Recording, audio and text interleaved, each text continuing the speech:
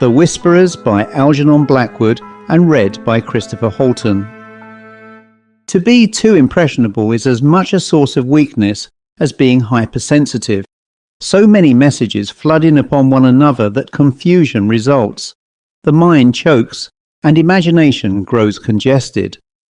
Jones, as an imaginative writing man, was well aware of this, yet could not always prevent it, for if he dulled his mind to one impression, he ran the risk of blunting it to all.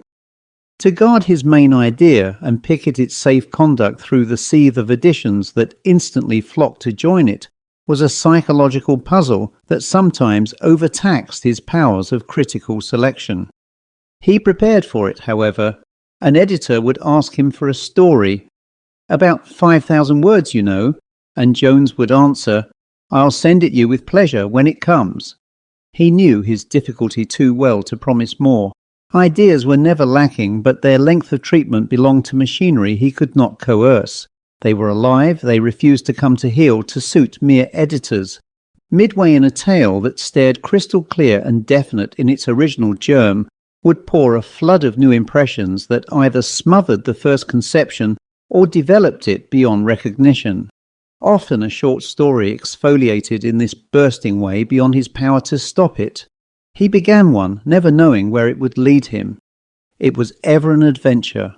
Like Jack the Giant Killer's beanstalk, it grew secretly in the night, fed by everything he read, saw, felt or heard.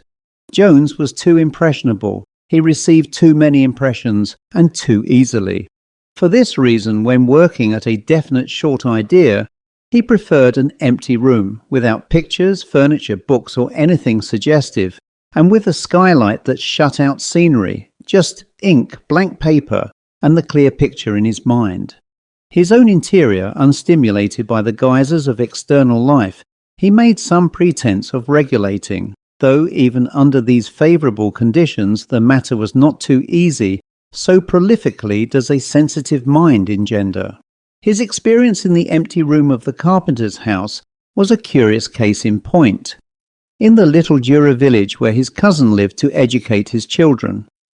"We're all in a pension above the post office here," the cousin wrote, "but just now the house is full, and besides it's rather noisy. I've taken an attic room for you at the carpenter's near the forest. Some things of mine have been stored there all the winter, but I moved the cases out this morning. There's a bed, writing table, wash-hand stand, sofa and a skylight window, otherwise empty as I know you prefer it. You can have your meals with us," etc. And this just suited Jones, who had 6 weeks' work on hand for which he needed empty solitude.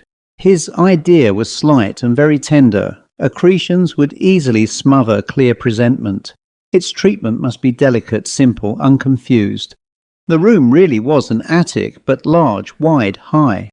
He heard the wind rush past the skylight when he went to bed. When the cupboard was open, he heard the wind there too, washing the outer walls and tiles. From his pillow he saw a patch of stars peep down upon him. Jones knew the mountains and the woods were close, but he could not see them. Better still, he could not smell them. And he went to bed dead tired, full of his theme for work next morning. He saw it to the end. He could almost have promised 5,000 words. With the dawn he would be up and at it, for he usually woke very early, his mind surcharged, as though subconsciousness had matured the material in sleep. Cold bath, a cup of tea, and then his writing table, and the quicker he could reach the writing table, the richer was the content of imaginative thought. What had puzzled him the night before was invariably cleared up in the morning. Only illness could interfere with the process and routine of it. But this time it was otherwise. He woke and instantly realized, with a shock of surprise and disappointment, that his mind was groping. It was groping for his little lost idea. There was nothing physically wrong with him. He felt rested flesh, clear-headed, but his brain was searching moreover in a crowd. Trying to seize hold of the train it had relinquished several hours ago, it caught at an evasive empty shell. The idea had utterly changed, or rather it seemed smothered by a host of new impressions that came pouring in upon it. New modes of treatment, points of view, in fact, development. In the light of these extensions and novel aspects, his original idea had altered beyond recognition. The germ had marvellously exfoliated, so that a whole volume could alone express it. An army of fresh suggestions clamoured for expression. His subconsciousness had grown thick with life. It surged, active, crowded, tumultuous. And the darkness puzzled him. He remembered the absence of accustomed windows, but it was only when the candlelight brought close the face of his watch, with 2 o'clock upon it, that he heard the sound of confused whispering in the corners of the room, and realized with a little twinge of fear that those who whispered had just been standing beside his very bed. The room was full. Though the candlelight proclaimed it empty, bare walls, bare floor, 5 pieces of unimaginative furniture, and 50 stars peeping through the skylight, it was undeniably thronged with living people whose minds had called him out of heavy sleep. The whispers, of course, died off into the wind that swept the roof and skylight, but the whisperers remained. They had been trying to get at him. Waking suddenly, he had caught them in the very act, and all had brought new interpretations with them. His thought had fundamentally altered. The original idea was snowed under. New images brimmed his mind, and his brain was working as it worked under the high pressure of creative moments. Jones sat up, trembling a little, and stared about him into the empty room that yet was densely packed with these invisible whisperers. And he realized this astonishing thing, that he was the object of their deliberate assault, and that scores of other minds, deep, powerful, very active minds, were thundering and beating upon the doors of his imagination. The onset of them was terrific and bewildering. The attack of aggressive ideas obliterating his original story beneath a flood of new suggestions. Inspiration had become suddenly torrential, yet so vast as to be unwieldy, incoherent, useless. It was like the tempest of images that fever brings. His first conception seemed no longer delicate but petty. It had turned unreal and tiny compared with this enormous choice of treatment, extension, development that now overwhelmed his throbbing brain. Fear caught vividly at him as he searched the empty attic room in vain for explanation. There was absolutely nothing to produce this tempest of new impressions. People seemed to be talking to him all together, jumbled somewhat but insistently. It was obsession rather than inspiration, and so bitingly, dreadfully real. "Who are you all?" his mind whispered to blank walls and vacant corners. Back from me, shouting floor and ceiling, came the chorus of images that stormed and clamoured for expression. Jones lay still and listened. He let them come. There was nothing else to do. He lay fearful, negative, receptive. It was all too big for him to manage, set to some scale of high achievement that submerged his own small powers. It came too in a series of impressions, all separate, yet all somehow interwoven. In vain he tried to sort them out and sift them, as well as sort out waves upon an agitated sea. They were too self-assertive for directional control. Like wild animals, hungry, thirsty, ravening, they rushed from every side and fastened on his mind. Yet he perceived them in a certain sequence. For first, the unfurnished attic chamber was full of human passion, of love and hate, revenge and wicked cunning, of jealousy, courage, cowardice, of every vital human emotion ever longed for, enjoyed or frustrated, all clamouring for expression. Flaming across and through these, incongruously threaded in and out, ran next a yearning softness of incredible beauty that sighed in the empty spaces of his heart, pleading for impossible fulfilment. And after these, carrying both one and other upon their surface, huge questions flashed and dived and thundered in a patterned wild entanglement, calling to be unravelled and made straight. Moreover, with every set came a new suggested treatment of the little clear idea he had taken to bed with him 5 hours before. Jones adopted each in turn.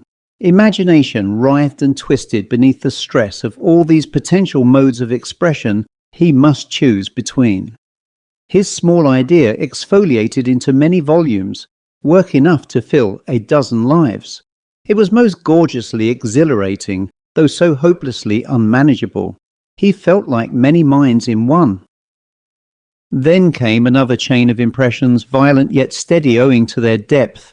The voices, questions, pleadings turned to pictures, and he saw, struggling through the deeps of him, enormous quantities of people passing along like rivers, massed, herded, swayed here and there by some outstanding figure of command who directed them like flowing water. They shrieked and fought and battled, then sank out of sight, huddled and destroyed in blood. And their places were taken instantly by white crowds with shining eyes and yearning in their faces, who climbed precipitous heights towards some radiance that kept ever out of sight, like sunrise behind mountains that clouds then swallow. The pelt and thunder of images was destructive in its torrent. His little first idea was drowned and wrecked. Jones sank back exhausted, utterly dismayed. He gave up all attempt to make selection. The driving storm swept through him, on, now waxing, now waning, but never growing less, and apparently endless as the sky. It rushed in circles like the turning of a giant wheel. All the activities that human minds have ever battled with since thought began came booming, crashing, straining for expression against the imaginative stuff whereof his mind was built. The walls began to yield and settle. It was like the chaos that madness brings. He did not struggle against it, he let it come, lying open and receptive, pliant and plastic to every detail of the vast invasion.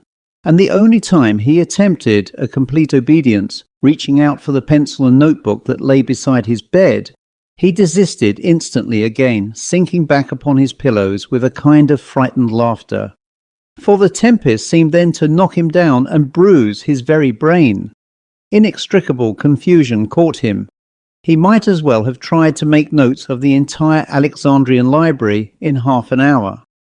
Then, most singular of all, as he felt the sleep of exhaustion fill upon his tired nerves, he heard that deep, prodigious sound. All that had preceded it gathered marvellously in, mothering it with a sweetness that seemed to his imagination like some harmonious geometrical skein, including all the activities men's minds have ever known. Faintly he realized it only, discerned from infinitely far away. Into the streams of apparent contradiction that warred so strenuously about him, it seemed to bring some hint of unifying, harmonious explanation. And here and there, as sleep buried him, he imagined that chords lay threaded along strings of cadences, breaking sometimes even into melody, music that rose everywhere from life and wove thought into a homogeneous whole. "Sleep well?" his cousin inquired, when he appeared very late next day for déjeuner. "I think you'll be able to work in that room all right." "I slept, yes, thanks," said Jones. "No doubt I shall work there right enough when I'm rested. By the by," he asked presently, "what has the attic been used for lately? What's been in it, I mean?"